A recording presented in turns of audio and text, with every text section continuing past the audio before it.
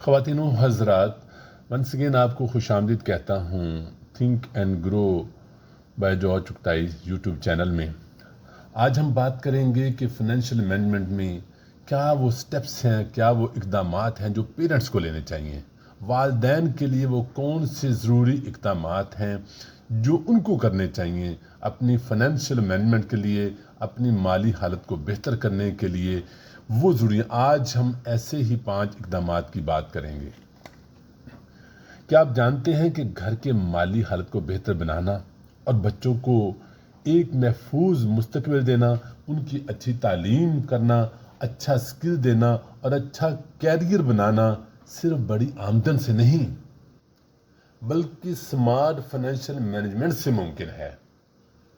آج میں آپ کو 5 طاقتور سٹیپ بتاؤں گا جو ہر والدین کو اپنانے چاہیے، اور ان کو اپنائے بغیر والدین غربت کے بھنور سے نہیں نکل سکتے، چاہے وہ جتنی محنت کرتے ہیں، لیکن جب تک ان کو فنانشیل مینجمنٹ نہیں آتی، پیسے کا لین دین، پیسے پہ نظر رکھنا، پیسے کا حساب تک نہیں آتا، تب تک یہ مشکل ہوگا۔ اس لیے آج سے ان 5 اقدامات کو اپنائیں اور اپنی زندگی کو منظم اور آسان بنائیں۔ نمبر 1، پہلا سٹیپ کیا ہے؟ بجٹنگ از دا کی۔ گھر چلانے کا پہلا اصول ہے ہر مہینے کا بجٹ بنانا۔ آپ ہر مہینے کا بجٹ بنائیں۔ بہت سارے لوگ ایسا بجٹ نہیں بناتے گھر میں، وہ یہ سوچتے ہیں کہ جب ابھی آمدن کم ہے، جب آمدن زیادہ ہوگی تو بجٹ بنائیں گے۔ میں کہتا ہوں جب آمدن کم ہے تو اس سے بھی ضروری ہے اس کی بجٹنگ کرنا، اس پہ نظر رکھنا۔ زیادہ آپ کو یہاں سے زیادہ ڈیولپ ہوگی تو آپ کی زیادہ آمدن ہوگی، تب بھی آپ اس کو پریکٹس کریں گے۔ آمدنی و اخراجات کو لکھیں تاکہ آپ کو پتہ ہو کہ پیسہ کہاں سے آ رہا ہے، کتنا آ رہا ہے اور کہاں جا رہا ہے۔ مثال کے طور پر اگر آپ کی آمدن 1,00,000 روپے ہے تو کوشش کریں کہ آپ 60,000 فکس ایکسپنسز اور 30,000 ویریبل ایکسپنسز یعنی 90,000 میں اپنے سارے اخراجات، بل، ایجوکیشن سارا کچھ پورا کریں، اور کم سے کم 10,000 روپے ضرور بچائیں جس کو بچت میں رکھیں۔ یاد رکھیں بغیر بجٹ کے پیسہ ریت کی طرح ہاتھ سے پھسلتا ہے۔ ویسے بھی شاید آپ کو معلوم نہیں کہ پیسے کو پھسلنے اور اچھلنے کی بہت عادت ہے۔ یہ آپ کی پاکٹ سے بھی اچھلتا ہے، یہ آپ کے پرس سے بھی اچھلتا ہے۔ پیسے کا پھسلنا اور اس کی اچھل کود کو روکنا ہوگا۔ اس کو روکے بغیر اور تب تک نہیں رکے گا جب تک آپ بجٹ بنانے کی پریکٹس نہیں کریں گے۔ اس لیے اس عادت کو اپنائیں۔ آپ کے بہت سارے جب آپ بجٹنگ کریں گے تو بہت سارے غیر ضروری اخراجات آپ کے رک جائیں گے۔ Step 2، build an emergency fund. زندگی میں اچانک بہت سارے حادثات ہو سکتے ہیں، مشکلات آ سکتی ہیں، بیماری آ سکتی ہے۔ اس لیے ہر خاندان کو اور خاص طور پہ والدین کو چاہیے کہ اس کے لیے تھوڑا بہت فنڈ علیحدہ ضرور رکھیں۔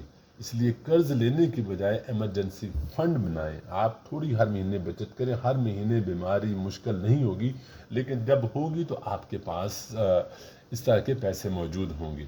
کم سے کم 3 سے 6 ماہ کے اخراجات کو الگ رقم رکھیں۔ آپ کہیں گے کہ اب پہلے اخراجات ہمارے روزانہ کے، ہمارے منتھلی اخراجات میں پورے ہوتے، ایمرجنسی فنڈ کیسے ہیں؟ لیکن آپ کو یہ بھی معلوم ہونا چاہیے کہ خدا نخواستہ کوئی ایمرجنسی بیماری ہو گئی تو پھر کہاں سے مینج کریں گے، کہاں سے لیں گے؟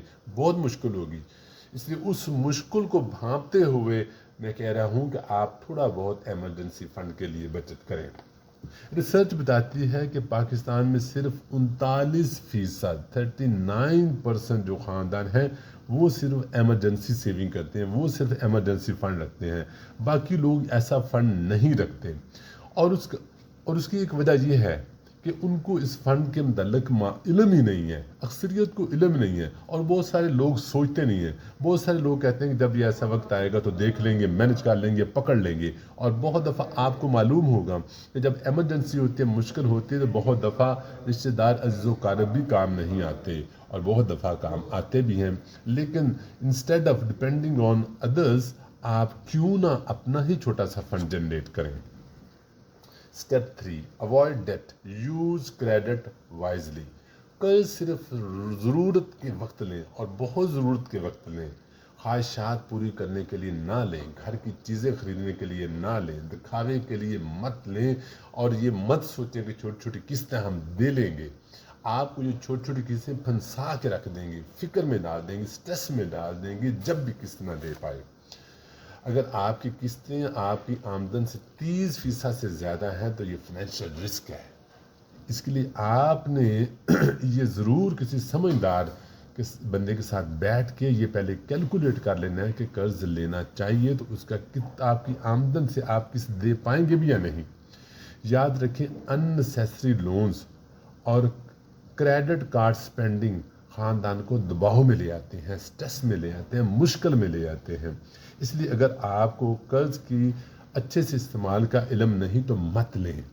गैर ज़रूरी अखराजात में इजाफा मत करें, कर्जे का अपने ऊपर बर्डन मत डालें। बहुत लोग सोच लेते हैं कि छोटी किस्त मसला नहीं होगा। मसला होगा जब आपको बहुत सारे और अखराजात, कोई शादी ब्याह, कोई बीमारी, कोई मुश्किल और पड़ देगी, आपके लिए किस्त देना मुश्किल हो रही और किस्त वाले आप पे दबाव डालेंगे, हर सूरत में आपसे लेने की कोशिश करेंगे। Step 4, invest in the future.